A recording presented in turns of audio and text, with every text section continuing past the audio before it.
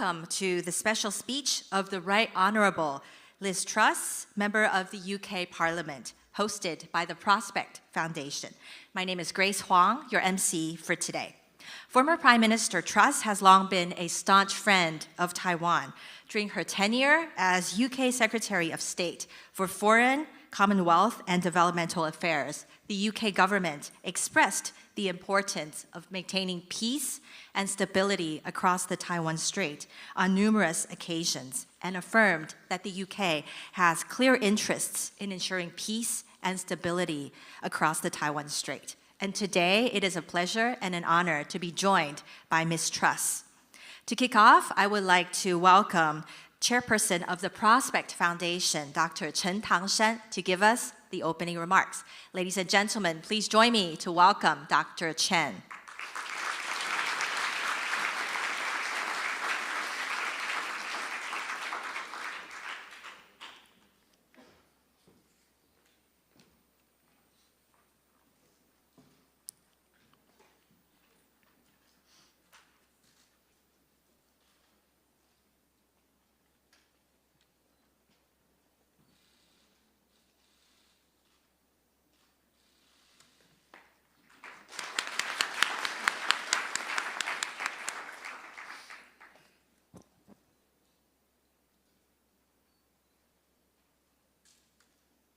Former Prime Minister of the United Kingdom, the Right Honourable Liz Truss,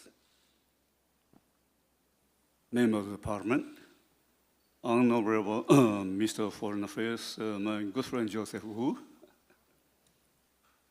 Honourable former US Ambassador at Large for Global Women's Issue, Kerry Curry,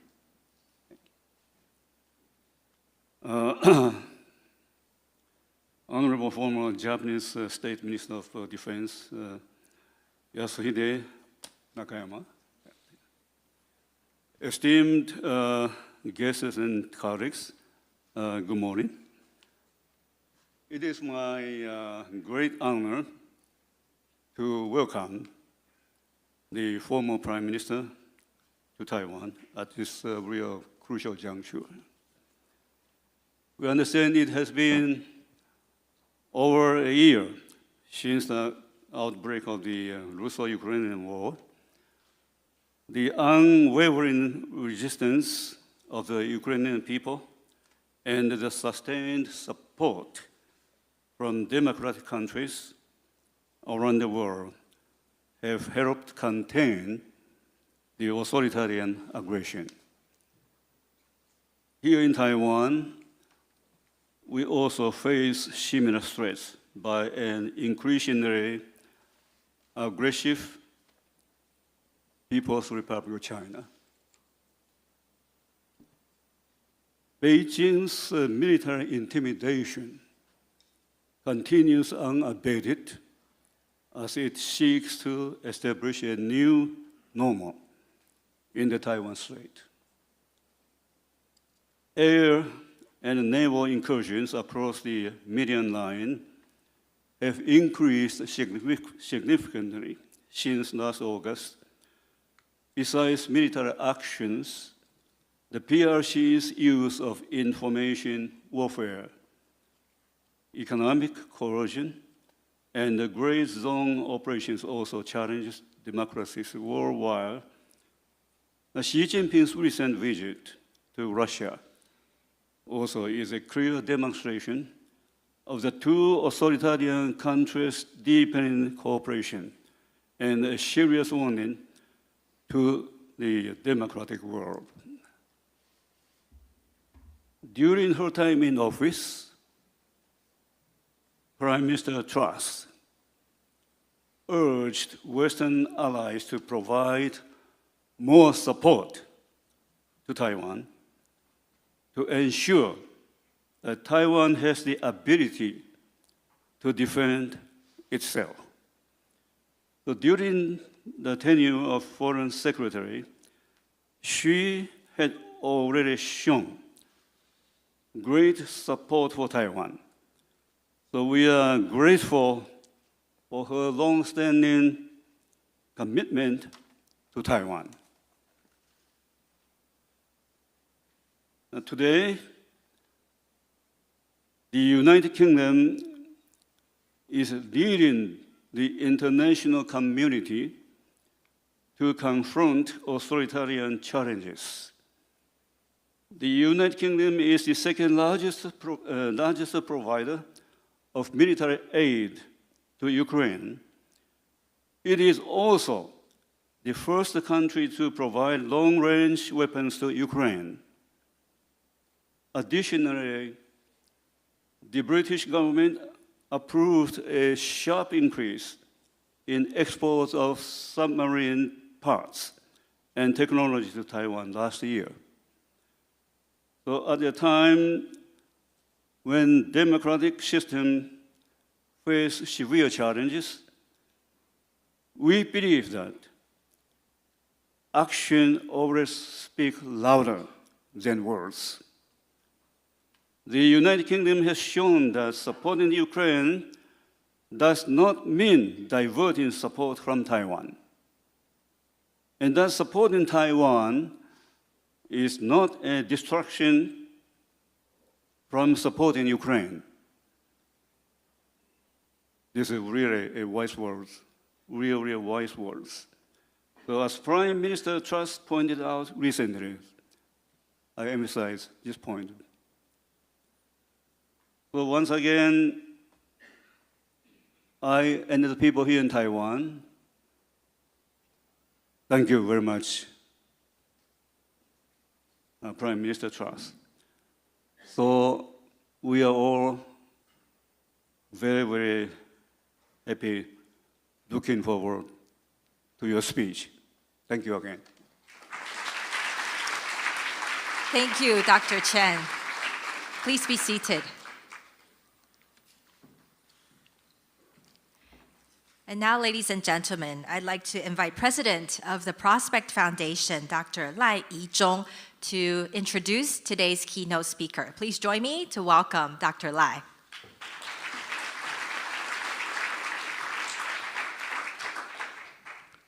Thank you. I see a full pack of house here. Very excited about listening to the speech from the Right Honorable Ms. Liz Truss, the Member of Parliament, for her remarks. The speaker that we are going to hear needs no introductions.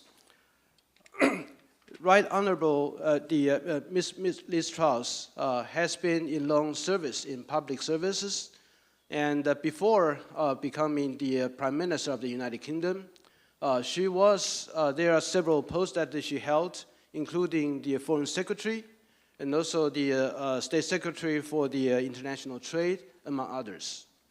But I think the people in Taiwan remembered her the most is that she consistently demand and ask for the attention to the security and stability across the Taiwan Straits, especially the time that the voice for raising awareness of the situation here wasn't as pronounced as it is today.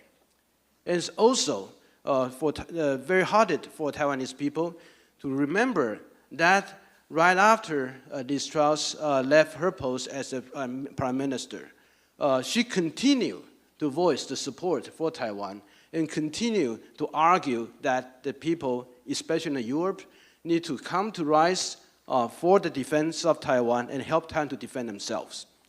So that right now, when we are experiencing the Chinese pressure, even today, that the airplane and the vessels still surrounding Taiwan, and also disinformation, including Prospect Foundation, under this tremendous attack, and probably some of you already know about the news last night. And also, we are continuing being sanctioned by Communist Party, including me, so that we have all those experiences and feelings. And it's no better time that we have great friends, Liz Truss from the United Kingdom, to come here to give a welcoming and very heartening encouragement. So let me present to you the Right Honorable Ms. Liz Truss, former Prime Minister of the United Kingdom and also member of the Parliament of the United Kingdom. Please.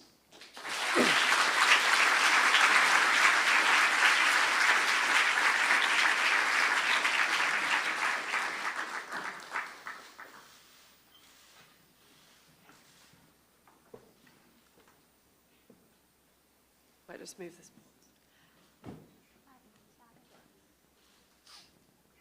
Chairman Chan, President Lei, it's fantastic to be here today in Taiwan at the Prospect Foundation, which has done so much to stand up for freedom, democracy and security here in the Pacific and also in Taiwan. I've always wanted to come to Taiwan, but as a government minister, I was heavily restricted. And maybe we can all blame that on President Nixon, I don't know, but it's great to be here. Because this place really is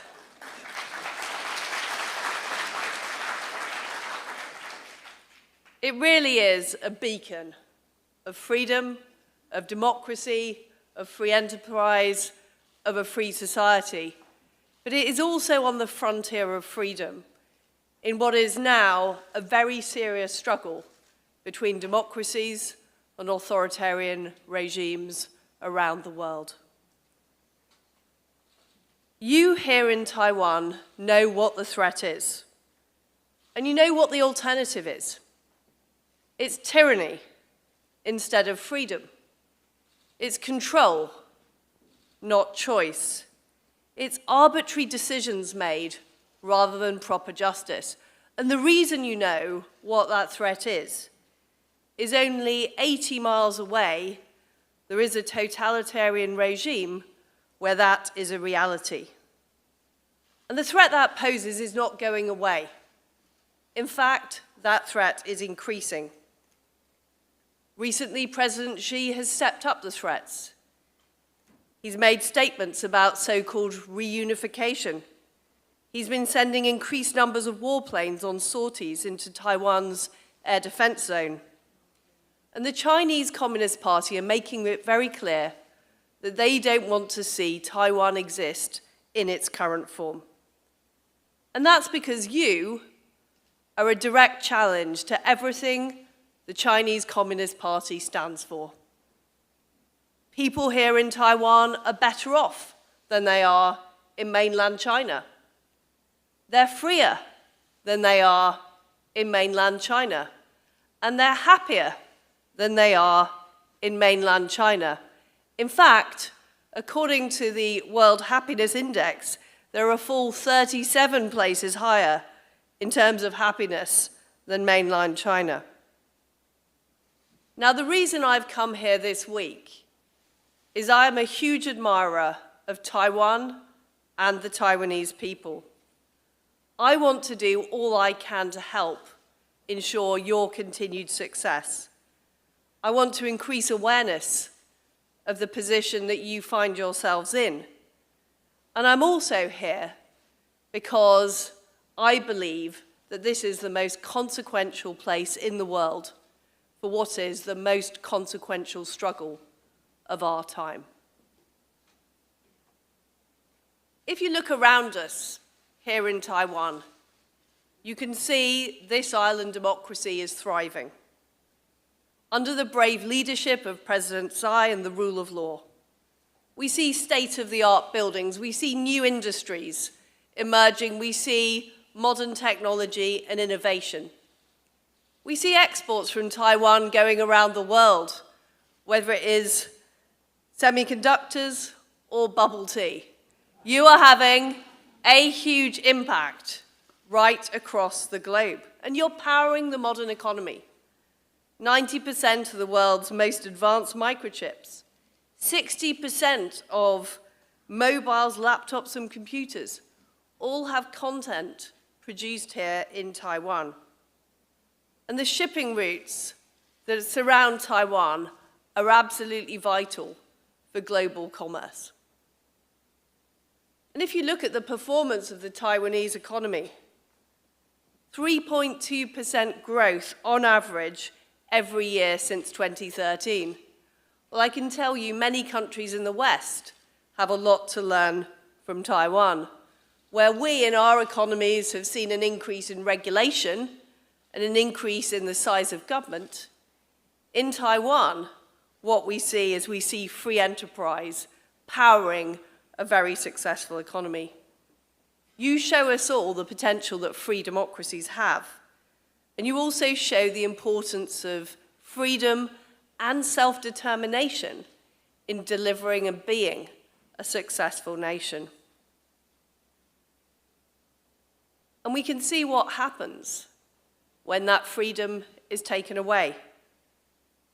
Because we saw that when tanks rolled into Tiananmen Square in 1989. We've seen it in Hong Kong, when liberties have been eroded with the imposition of the national security law. And in Xinjiang, we have seen appalling targeting of Uyghurs, with reports of forced sterilization, forced labor, and the arbitrary detention of over 1 million people. The human cost is huge, and it is terrible. We cannot allow those attacks on freedom to happen here. And I know that if freedom in Taiwan was threatened, that the people of Taiwan would stand up and they would fight. But you also need allies across the free world who are going to back you up. I am one of those allies, and I know that you have many, many friends right across the free world.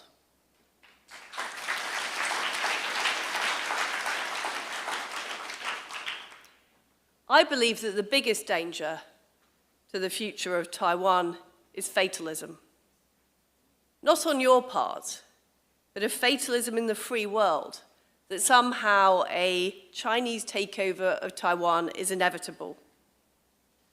Some suspect that President Xi is waiting to subdue the enemy without fighting, as the military general Sun Tzu once put it. It is vital that such a notion should not be aided and abetted by any of us living in free democracies. And I believe it's completely irresponsible for European nations to wash their hands of Taiwan on the grounds that it's a long way away or it's not a core part of our concerns. I don't think they could be more wrong. It is a core interest to the people of Europe.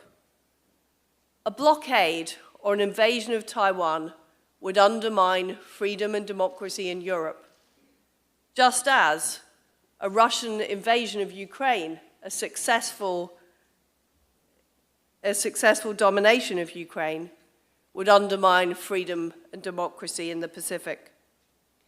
You only need to look at recent statements by a European Chinese diplomat repudiating the independent existence of the Baltic states to see that these two theatres are inextricably linked. I'm concerned that Ukraine should not be forced into some kind of unfair settlement by China. And I don't believe we should be giving China leverage over European security. In fact, we should be fast-tracking Ukraine's entry to NATO and providing Ukraine with all the weapons they need to make sure that Russia is pushed out of their country. And I'm also concerned that any compact might make it harder for us to defend Taiwan. All free nations must commit themselves to a free Taiwan and be prepared to back it up with concrete measures. And I'm going to talk later in my speech about what those measures should be. Ladies and gentlemen, the future of Taiwan isn't just important for the people on this island and in this room. It's important for the future of the world, because where we are today, in Taipei, is on the front line of the global battle for freedom. The Chinese Communist Party is engaged in an ideological struggle with the free world, and they have been very open and clear about that. They see our way of life, our way of operating, as a threat. And they're openly in league with some of the worst regimes around, in the world, whether it's Putin's Russia, Iran, or North Korea. This is a battle of ideas, as much as it is an attempt to gain power on the global stage. Let's remember that China is a totalitarian regime that actively describes the US and its allies as an empire that they want to see the end of. China is now the world's largest economy in terms of purchasing power parity, and what it wants to do is use this position to gain dominance. Now, there are many in the West who say we don't want another Cold War. But we have to be clear that this is not a choice that we are in a position to make. Because China has already embarked on a self-reliance drive, whether we want to decouple from the economy or not. China is growing its navy at an alarming rate and is undertaking the biggest military build-up in peacetime history. They've already formed alliances with other nations that want to see the free world in decline. They have already made their choice about their strategy.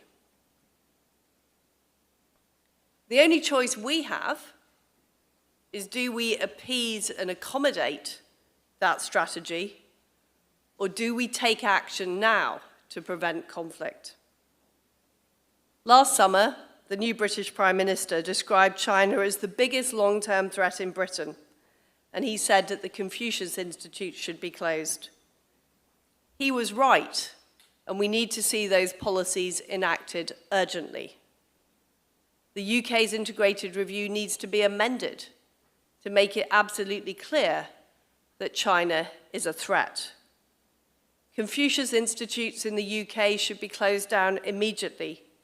Instead, the service could be provided by organizations with the support of Hong Kong nationals and Taiwanese nationals who've come to the United Kingdom freely.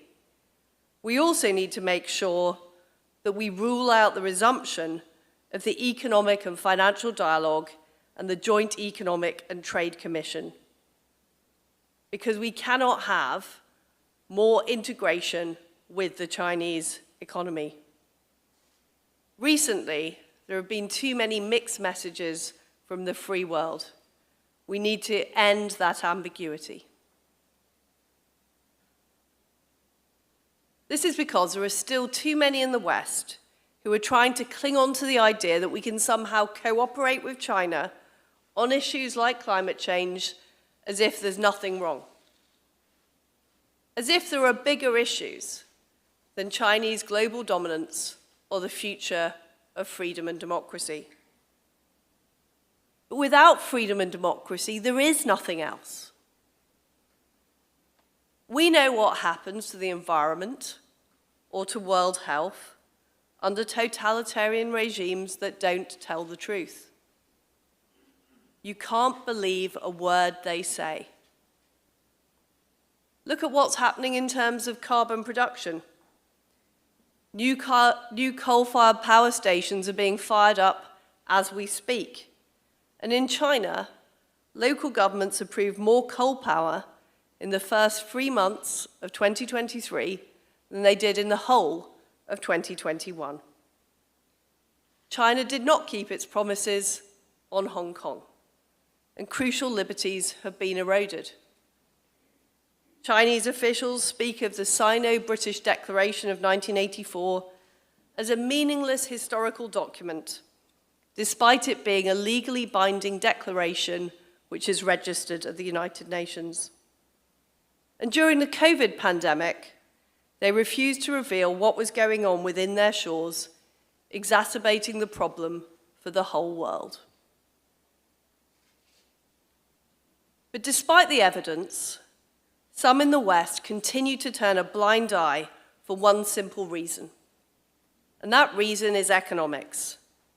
They're determined to try and cling on to the failed globalist model that's driven what people consider to be easy growth in Western societies. Until the recent inflation crisis, we had relatively low prices and regular reductions in prices, often driven by cheap imports from China. We also saw significant investment into our economies. Of course, it hasn't been easy for industrial parts of Britain producing goods like steel or ceramics that have found themselves undercut by goods with state subsidies or by intellectual property theft. And what I saw when I was in government is how the Treasury were very reluctant to take a tough line on China, wanting instead to have economic financial dialogues, wanting to have trade talks. And Britain is not unique in that respect. Treasuries and finance ministries across the West are keen to engage with China because they're driven by business interests who don't want to give up lucrative Chinese investments or exports to China. And what we've also seen is self-censorship by companies who are worried about pushback from Beijing, including, in particular, parts of the film industry. But in the free world, we have to face the fact that that economic model isn't working anymore. China is becoming more self-reliant, and Western economies are struggling with the balance we've got. We've got to do things differently. And in doing things differently, I think we should listen to the people who are in the know. And the people in the know are people here in Taiwan, or people in Eastern Europe who are forced to live next door to an authoritarian neighbor. They understand how great the threat we're facing is. I'm not surprised that it's our brave Lithuanian friends who are prepared to withstand China's attempts to undermine their commerce. Or the fact it was the Polish Prime Minister who recently spoke out against those in Europe who would seek to appease the Chinese Communist Party. So what do we need to do collectively to deal with this challenge? We need to remember how these regimes are successfully taken on. And they're not successfully taken on by accommodation, appeasement, or from adopting a position of weakness. They're taken on through strength. What does that mean? Well, I've talked before about the idea of a network of liberty, of free nations working together. Because let's be honest, we can't rely now on the UN Security Council, which was recently chaired by Putin's Russia. And we can't rely on the World Trade Organization to make sure fair trade rules are in place. That is why we need to find other alternatives to get things done. What I want to see on the economic side is the development of an economic NATO. Coordination between countries that support freedom and proper free enterprise. During the Cold War, we had the Coordinating Committee for Multilateral Export Controls, which was focused on how the free world collectively dealt with the USSR. I believe we need something similar to that. This would be an organization that had proper ministerial representation and the right policies in place to agree the best approach towards China. The best approach to take on technology exports, the best approach in the event of economic coercion, the best approach on trade and investment. Now, there's a very obvious group of countries that could get together to do that. And that's a group of countries that have already put sanctions on Russia that I was proud to take a lead on as Foreign Secretary and as Prime Minister. This group includes the G7, and it includes the EU, but it could also include South Korea, Australia, and other willing parties. We could also use trade agreements and trade pacts as a stepping stone to uphold freedom. I'm very pleased that the United Kingdom has now joined the Comprehensive and Progressive Trans-Pacific Partnership, the CPTPP, a vital geopolitical as well as a vital economic agreement. Now, Taiwan applied to join the CPTPP in September 2021. I would be delighted to see that happen, Not only would it boost UK-Taiwan trade, which already stands at £8.6 billion a year, but it would also help further build economic links for this important democracy. I want the UK to champion the fast-tracking of Taiwan's accession in collaboration with key members of the CPTPP. It is also vital that China is blocked from being a member of the CPTPP, and I encourage the United Kingdom government to say this publicly, as well as governments in Japan and Canada and our other allies. As well as working together and having an economic NATO, which is vital for taking on the economic coercion and attempts to dominate by China, we also need to work more closely together on defense. We have NATO, we have the Indo-Pacific Quad, and there are various other discussion mechanisms. But fundamentally, we need a more coordinated approach, in particular to make sure that Taiwan has the defense it needs and is able to defend itself. We cannot pretend that we have meaningful deterrence without hard power. And if we're serious about preventing conflict in the South China Sea, we need to get real about military and defense cooperation. That's why I believe initiatives like AUKUS are so important, and we've just seen AUKUS announce its plans to deliver a nuclear-powered submarine for Australia. GCAP will enable the UK, Italy, and Japan to work together on the next generation of fighter jets. And we also need a coordinated approach on what exports we license to send to Taiwan. I know the US is already providing military aid to Taiwan as well. But in order to do that, we need to understand the situation on the ground. Too much policy is made without talking directly to Taiwan. And in particular, we need to make sure that representative offices around the world are able to have those conversations and are able to have the status needed to be able to engage in those discussions. The third thing we need to do, as well as more economic cooperation and more security cooperation, is to reduce dependence on China in all spheres. I've already talked about the need to not engage in new economic dialogues or further cooperation with China whilst it takes the aggressive stance that it has been taking. But we need to keep aware of all eventualities. If Beijing keeps its word and escalates aggression towards Taiwan, substantial decoupling will be unavoidable. If we fail to prepare for this, the consequent economic pain will be felt by all of our people across the free world. I know that when we first put sanctions on Russia, when I was Foreign Secretary, there was a lot of resistance from organizations in the UK who were deeply embedded already with Russia. We need to be on the lookout for that with respect for China and take action now to make sure we're prepared. The final point I want to make goes back to what I said at the start about the economy and economic growth. Because we're not going to beat China economically by becoming more like China. We need to make sure that free democracies have small governments, lower taxes, and less bureaucracy so people want to invest in our countries. And we need to be able to reach out to third countries, many of whom are in the undecided camp, with a strong economic proposition. This is where I think we, in the UK and right around the free world, can learn from thriving economies like Taiwan, who are getting that economic model right.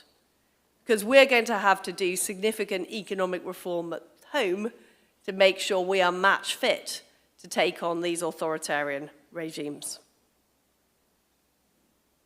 Finally, it's been a huge honor to come to Taiwan and be able to talk to you about the future of freedom. I'm clear that we have to do all we can to support free democracies like Taiwan in the face of aggression from a Chinese regime whose record we already know. We in the West have a collective responsibility, not just to do the right thing by Taiwan, but also to hold China to account for its actions. My visit this week is enabling me to communicate directly the solidarity that British people feel for the people of Taiwan. Taiwan really is a shining beacon in the Pacific. It's an enduring rebuke to totalitarianism. It's an example of the power of free enterprise, and it shows the importance of a free society for human happiness. We in the United Kingdom and right across the world need to do all we can to support you over the coming years. Your future is our future. Thank you.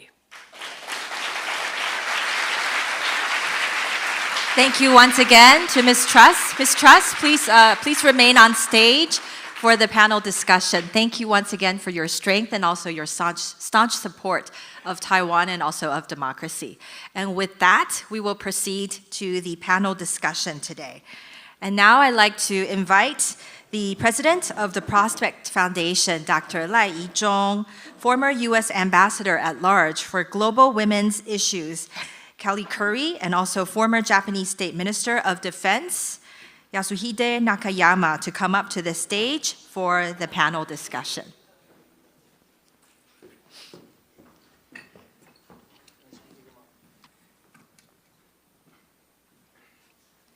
Let me now give the floor to Dr. Lai.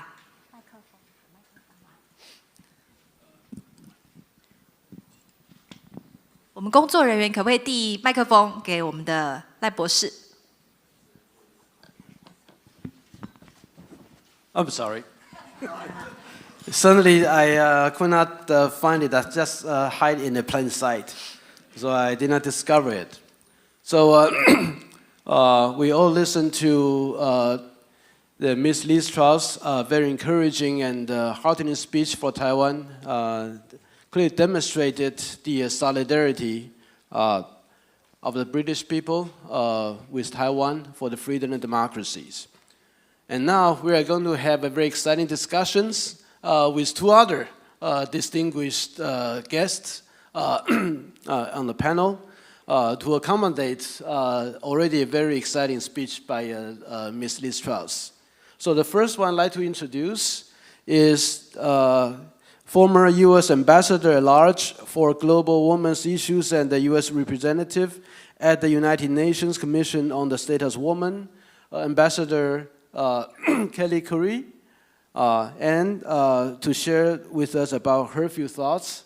And then will be followed also by another very distinguished guest. I think the Mr. Nakayama Yasuhide, the former Vice Minister for Japan's Ministry of National Defense. Yeah, thank you. So Ambassador Kelly, please. Sure, thank you so much.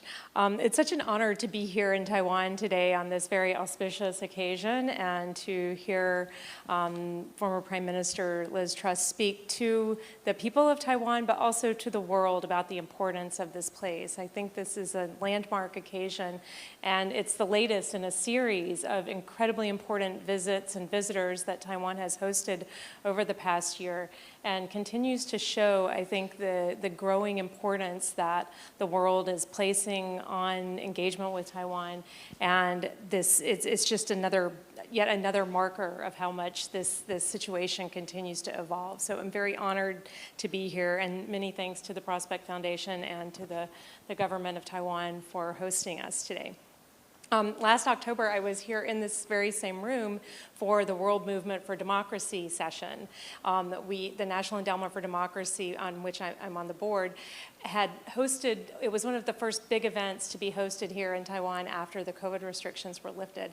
And I saw firsthand that growing democratic solidarity that, that you spoke about this morning, where we're seeing this incredible linkage between Taiwan and Ukraine, the Taiwanese people and the Ukrainian people. We had a number of leading Ukrainian civil society activists, as well as a number of European leaders who had been very active on advancing freedom and democracy in the region, come here and have an extraordinary visit with their Taiwanese colleagues and receive an extraordinary welcome. And yesterday, I also went to the National Human Rights Museum here in Taiwan. And I was really moved to see not only this incredible testament to the growth and development and the ongoing struggle that Taiwan faces with its democracy here and how the progress that Taiwan has made. And this museum is a really fitting symbol of that. If you have not been to the Human Rights Museum, I highly encourage you to go. It's very moving.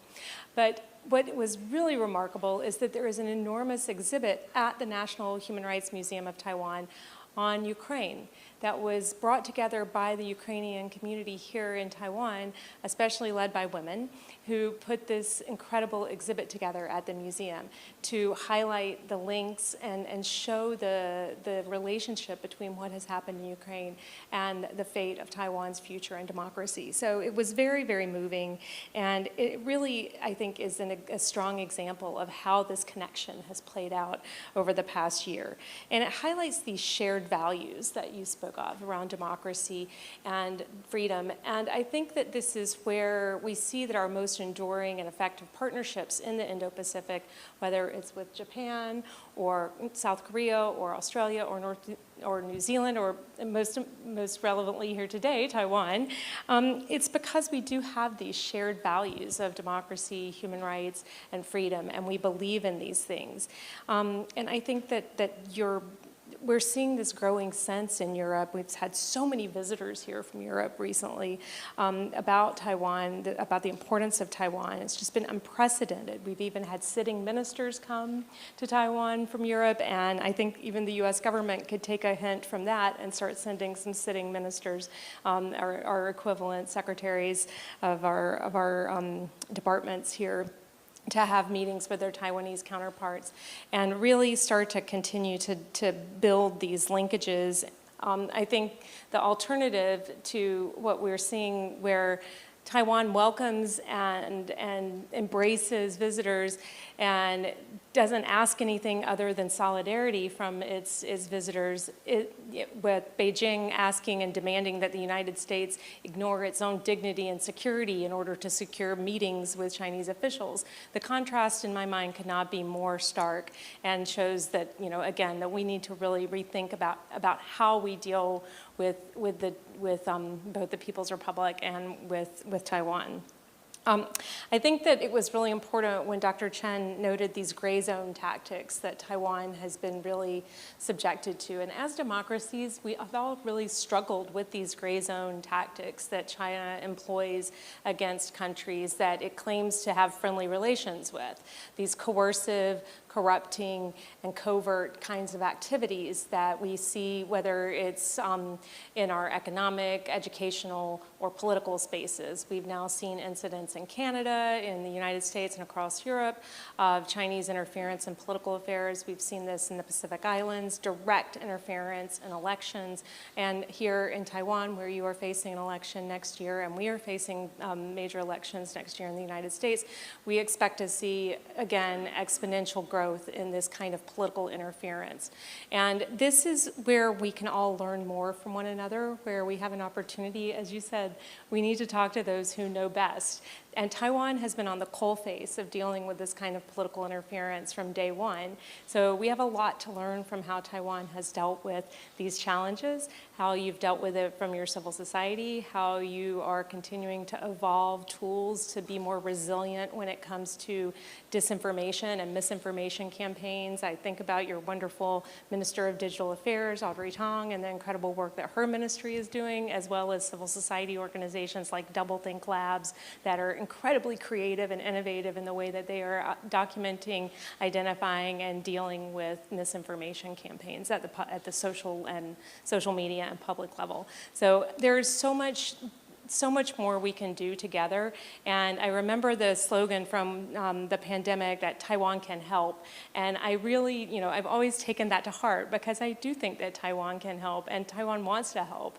And this is such a great contrast to what we see from the Chinese government and the Chinese Communist Party. I'll stop there. Thank you, Ambassador Kelly, for your remarks. Particularly, especially in the last part, you talk about the gray zone tactic by China on Taiwan. Yes, that we experience every day and still experience right now. So next, I'd like to invite Mr. Nakayama for your remarks. So thank you very much for inviting me here, the precious time for me to attending this gathering. And I'd like to, a special thanks to Dr. Tan San Chen, the president of Friendship of Abe Shinzo Association, because I belong to Abe's faction. And on behalf of the soul of Abe from the heaven, I really appreciate to invite me here with his soul. And also, I'd like to thank you for the Joseph Wu, the foreign minister. He always kind to me, and we are not a friend, we are brothers. Yes. And also, thank you very much. And also, I'd like to thank many of you, but I finish my introduction. And also, thank you, Dr. Lai. I am a politician, but I never lie. I always talk straight like Ms. Truss.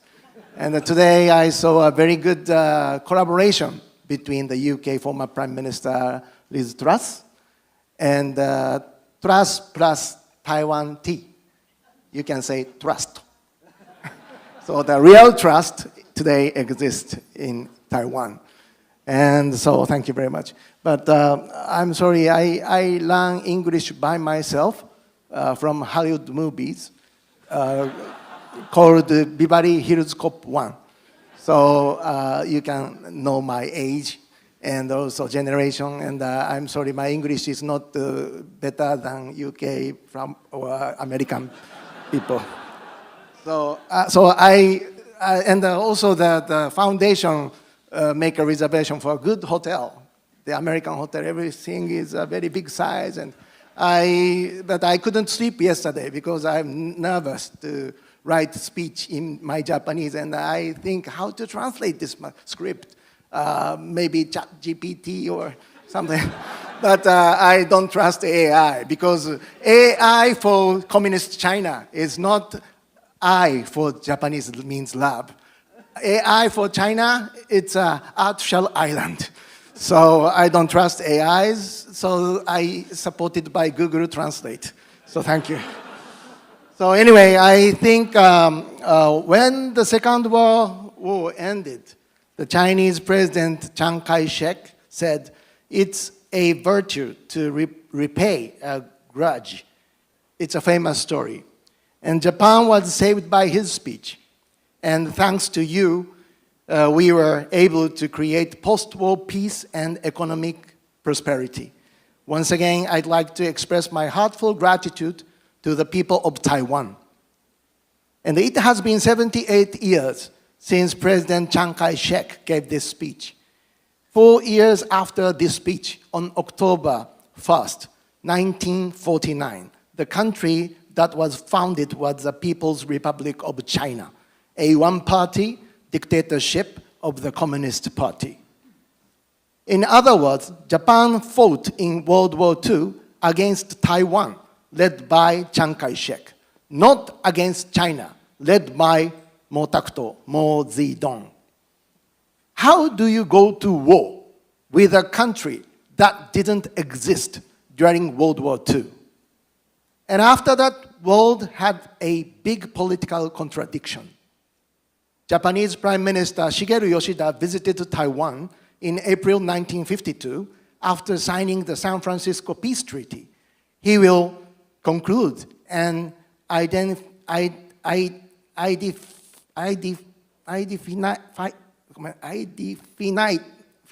finite treaty between Japan and the Republic of China, the Sino-Japanese Peace Treaty.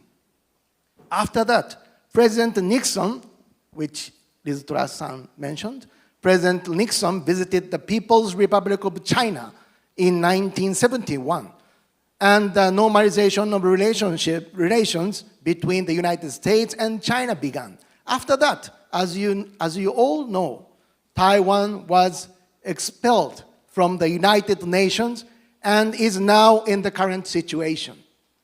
I think that everything is connected. A democratic country treated Taiwan, a democracy country coldly, and normalized diplomatic relations with a one-party dictatorship of the Communist Party with a different principle and political ideology.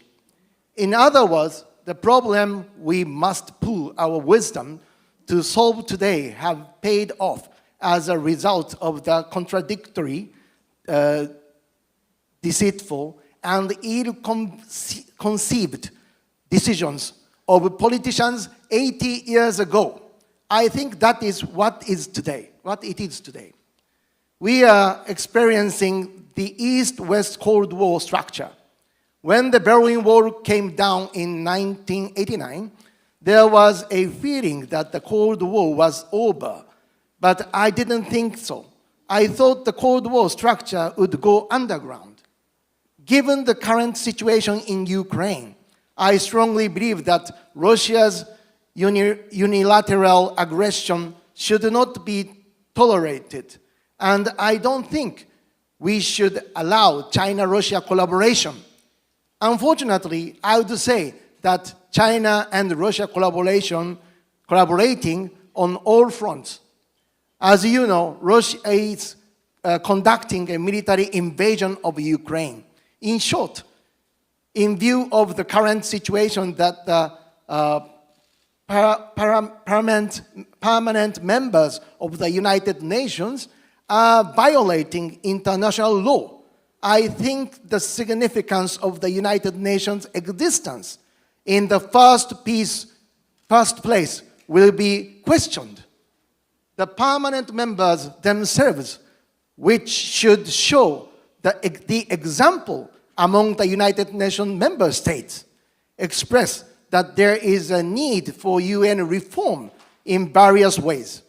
I'd like the permanent members to correct their colors and strive for the United Nations to be reformed and improved in the right direction. Now, discussions are moving forward to set up a NATO secretariat in Japan. The Chinese Communist Party's spokesperson has expressed their intention to oppose this, but I think that they are making the right decision. When the Chinese official said, this is bad, we think this is good, this is good. Thank you. Japan, I think I better to speak without this script. I don't trust the Google translation either. My political gag is better. Japan does not have multiple countries like NATO to counter the traditional threat of Russia, but Japan alone. China, North Korea, and Russia facing the three fronts and building a security system must be established and maintained, of course, under the Japan-US Security Treaty, or our alliance with the United States is solid. But I believe that the alliance will only work if we have a strong will to protect our country with our strength.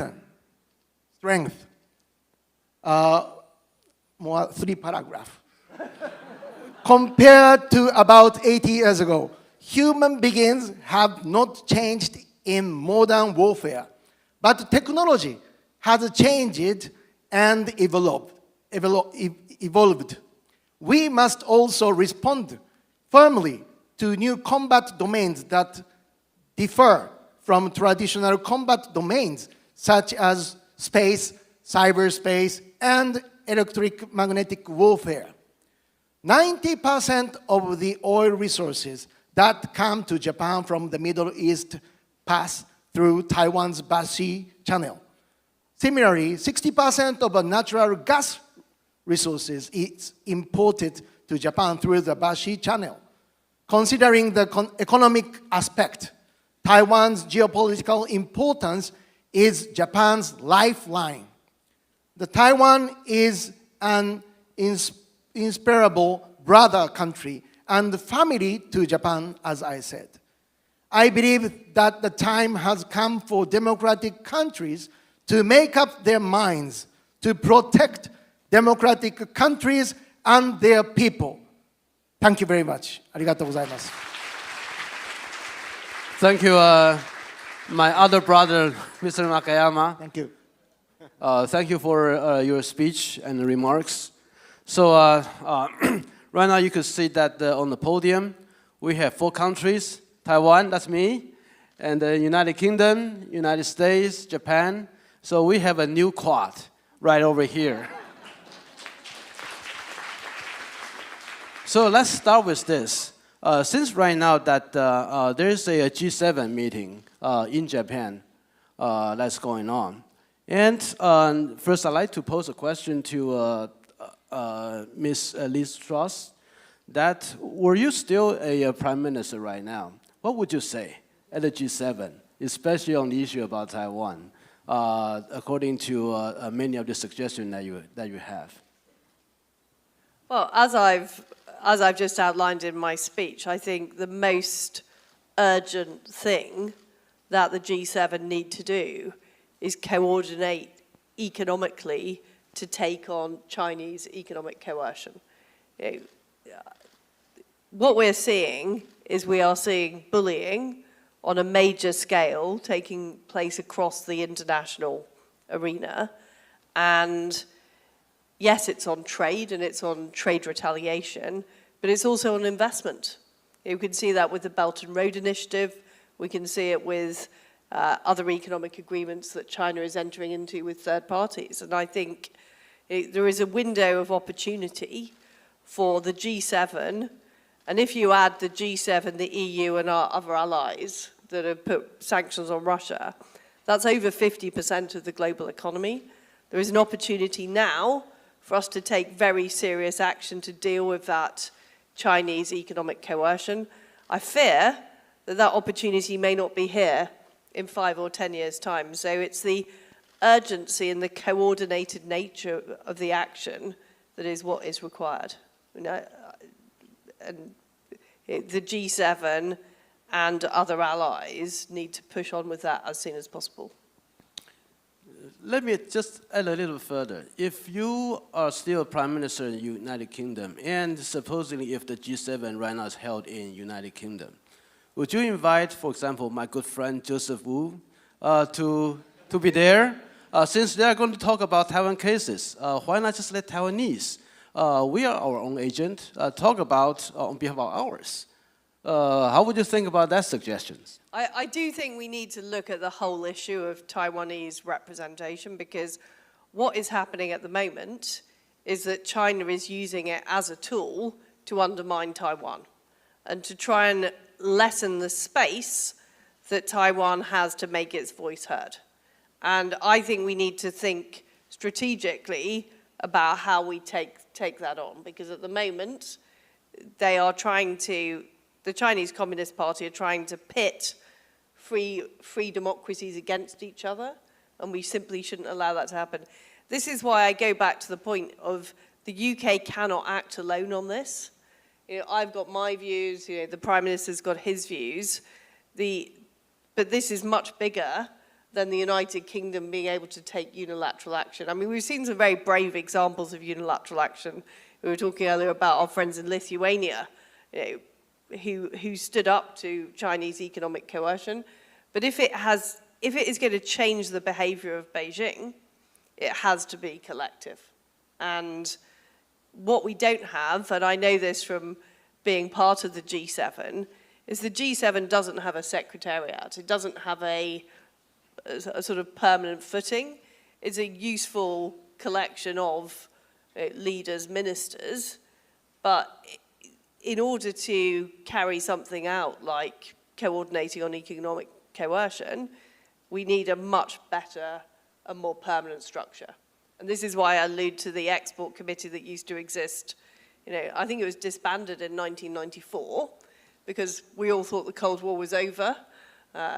Sadly, some of the relics have continued, but that is the type of organization we need, in my view, to actually make things happen.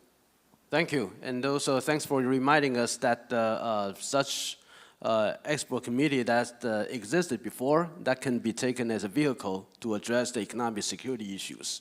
So the next I'd like to ask Ambassador Kelly Currie. As you see that on the podium, we have 2 male and 2 female. So that I believe that we can claim at least we have a gender equality at this moment. Although I'm not going to say that I'm much of the representative here. But I think since the United States, and you also talk about the disinformation that the Taiwan and also the world is facing. And one of the key issues is that the democracy is a very open system. And basically just lend itself to exploitation of the authoritarian system like China and also Russia. We exploit it. Both United Kingdom and the United States has experienced the kind of disinformation campaign by Russia, and Taiwan especially by China. So what would you suggest that how we're able to collectively deal with this issue? Any thought about this? Well, I think that we have struggled because we are open societies, and it has been a huge struggle for democratic open societies to balance the need to identify and call out and try to block these disinformation campaigns and these efforts while maintaining their democratic values and their openness. And this is something that Taiwan does have a lot of experience in, as I mentioned before, and we can learn lessons. I think one of the best lessons that I've learned and seen from how Taiwanese society deals with this is through humor. Using humor to beat rumor is what one of Audrey Tang's mottos that they use. Because one thing that you find is that totalitarian and authoritarian systems don't do well is they don't do humor well, and they aren't very good at understanding how to communicate in really in ways that are normal in a democratic society. And so it's in a way it does make it easier for us to see what they're doing because it looks odd. There's always something slightly off about it, like the jokes don't quite hit, they use slang incorrectly or not at all, and so it's not that hard to really identify when these things are coming out in social media, for instance. It's what do we choose to do about it, and I think that we're struggling, and we've got to get more, I think, solidarity across democracies and setting some common standards, using tools like the former COCOM that Ms. Truss talked about that set technology standards but are for the new age. The challenge for us also, though, is that technology moves so much faster than government and regulation can. And so educating people in these countries, making sure they are aware and that our societies are more resilient through that kind of training and education, just as, we have to learn how to do math and science and read books. I think that in this new era of social media literacy, we have to understand how to recognize disinformation and be resilient to it. And so we have to actually look to the young people who are digital natives and who grew up in this environment. Like I couldn't begin to tell you how to operate most of this stuff. But my kids, my 16 and 14-year-olds know exactly, and they're really good. Like they can tell when something is not right. And they're much better at identifying this stuff in social media than even I am. So I think we have to really use the inherent tools of our democratic and free societies and leverage those to push back against these authoritarian efforts to influence us. Yeah, thank you. When you talk about you're 16 and 14 years old, about their literacy about the social media. It also reminds me about, I have the 2 kids, similar age with yours, but one of them is complaining to me that right now the Chinese TikTok and the Little Red Books is very, very popular, even among the Taiwanese youth. And some of their recognition about the effect being heavily influenced by those. So sometimes you get from them, there's a very different perception about the social media and the education that they have through those means. Some people argue that we need to have a greater limitation or restrictions about those means, especially employed by China. But some people suggest that due to the youth, they should be able to work on their own, so we should not try to limit it too much. What would be yours response to those? Well, I think I have an ongoing argument with my 16-year-old about TikTok, and it was very interesting that after the hearings, the big hearings in the United States about TikTok, he immediately started, like within a couple of hours, and he was in school all day during the 6-hour hearing, and yet by the time he got home from school at an hour later, he seemed to know everything that had happened in the hearing, but as if it had been fed to him by the TikTok public relations team. And so we had to sit down and have a conversation about this. And because I know about this and it's part of my work, I was able to have that conversation. But I do worry that TikTok is, I actually am in favor of banning TikTok in the United States because I think it has proven to be it's so compromised. It is so clear that the way in which the company is managed, that it is loyal to the Chinese Communist Party, that it is controllable, even if it is not currently controlled by the Chinese Communist Party, it can be, and that it has been a powerful source for disinformation and for influence operations. And so I do actually think that we should take the example of India and ban some of these apps that are clearly not intended to uplift and benefit our society in a meaningful way. Yeah, thank you. And then my brother, Nakayama-san, I think that you are probably one of those first pioneer. First in Japan, talks about Taiwan contingency is Japan contingency. Of course, that has been advocated very loudly by former Prime Minister Abe. Later on, I think this motto has been replicated elsewhere, whether that is the Korean president as well as the U.S. Secretary of State and even Philippine president talks about the issue on Taiwan will be the issue of the world concern. So it's not just about the regional, it's not just about Taiwan, it's about the whole world need to be attentive to what is happening here. But then people still argue that, especially in Taiwan, frustrated about the lack of the Taiwan-Japan security cooperations. Being the Vice Minister for the National Defense in Japan, what would be your suggestion to address these issues? Thank you for a very good question. And so we, the Japanese people, are thinking Taiwan is very important geopolitically. But on the other hand, as you mentioned, Doctor mentioned that free, open Indo-Pacific, the geopolitical strategy is more macro covered, the way of thinking when you look at the maps. And all the country who showed to the others that we are Democrat, we have to unite, and also so that's why after Abe assassinated and Kishida now become the prime minister of ours, and the South Korean president also has been changed.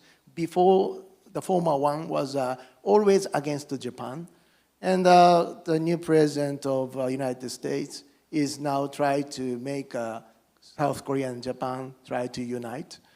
And so we actually, the Democratic side, doing some cooperation activity even in our regions.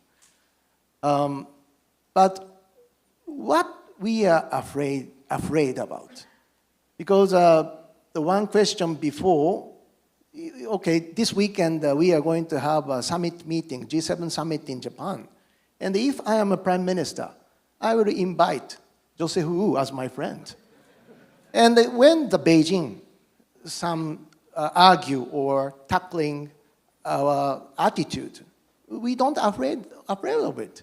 Because now we understand what's happening next, symmetrically, if you look at the Ukraine situation, and our part, the next, tomorrow's Ukraine, become Taiwan. So why we always excuse somebody or someone who is invisible? Why Taiwan cannot come to the United Nations and speak loudly their opinions? Think about North Korea, South Korea. They are both countries in the United Nations. North Korea fought against 16 countries when they entered the United Nations. How about Taiwan? Taiwan has a lot of friends. And even the UK former Prime Minister is here today. Why we have to excuse? So I think if you would like to change the dialogue, made the decision 80 years ago, we have to fix this contradiction. What is a democracy? What is autocracy? What is a communist? Don't forget the Cold War, but it's memory.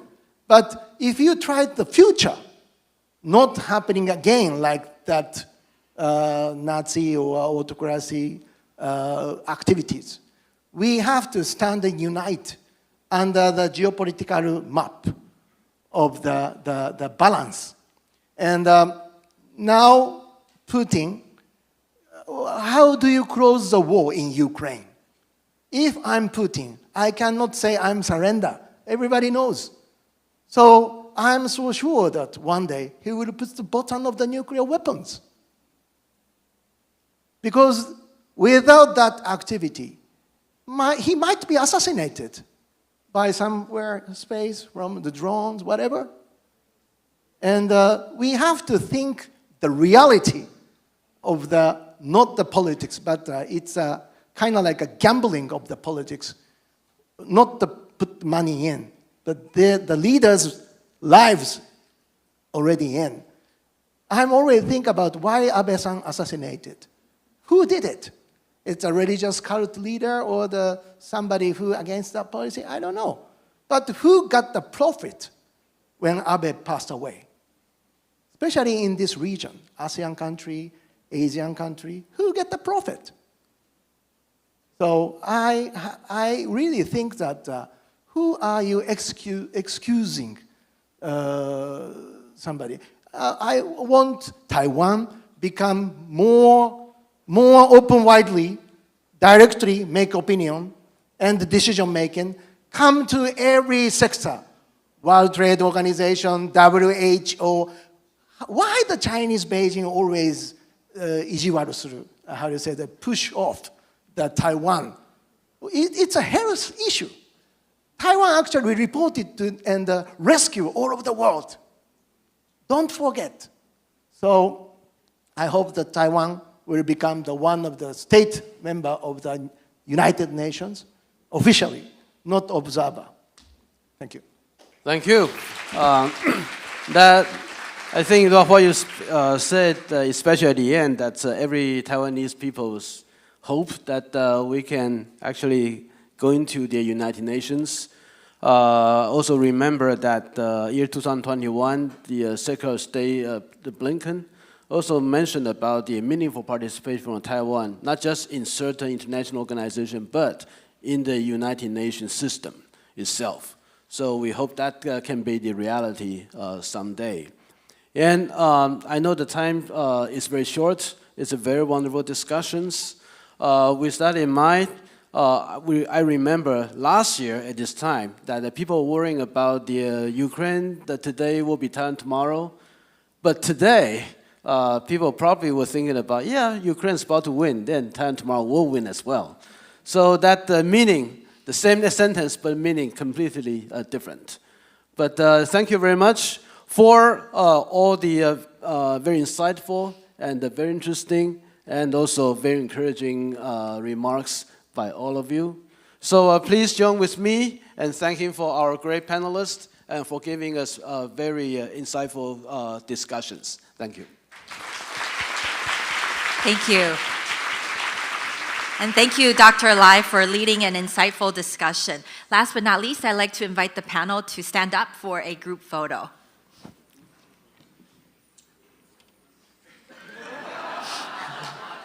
After a selfie.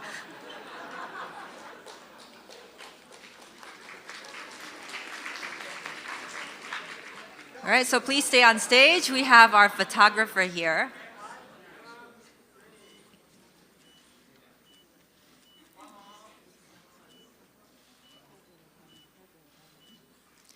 All right, I'd like to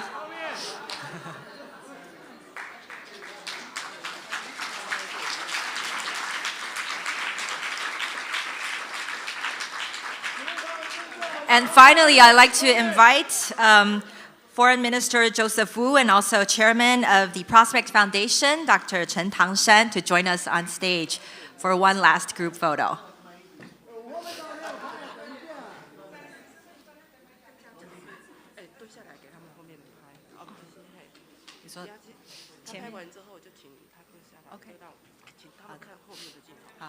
All right, so please look at the cameras in the first row, and then we have friends from the media in the back. 好，我们待会也会请台上的贵宾看向这个我们场后方的媒体朋友们。All right, we have a lot of friends from the media who are here with us today, so please do look into their cameras. So please wave.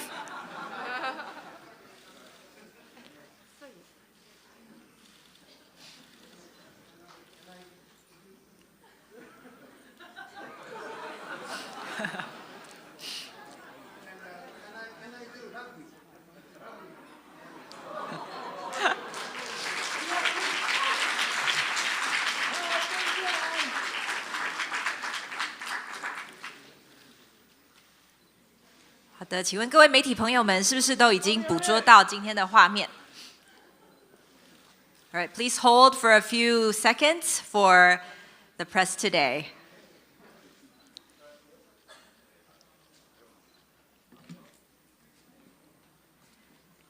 Okay, thank you. Thank you very much once again to all the guests today. So ladies and gentlemen, this concludes the program for today. Thank you once again for your participation. And we'd like to thank once again our panelists and also especially former UK Prime Minister, Ms. Liz Truss, for joining us today. And please do not forget to take your belongings with you when leaving. So thank you once again. 好，我们今天的演讲会呢，就到此告一个段落。非常谢谢各位的与会。大家在离开的时候也请记得您的随身物品，谢谢，非常感谢。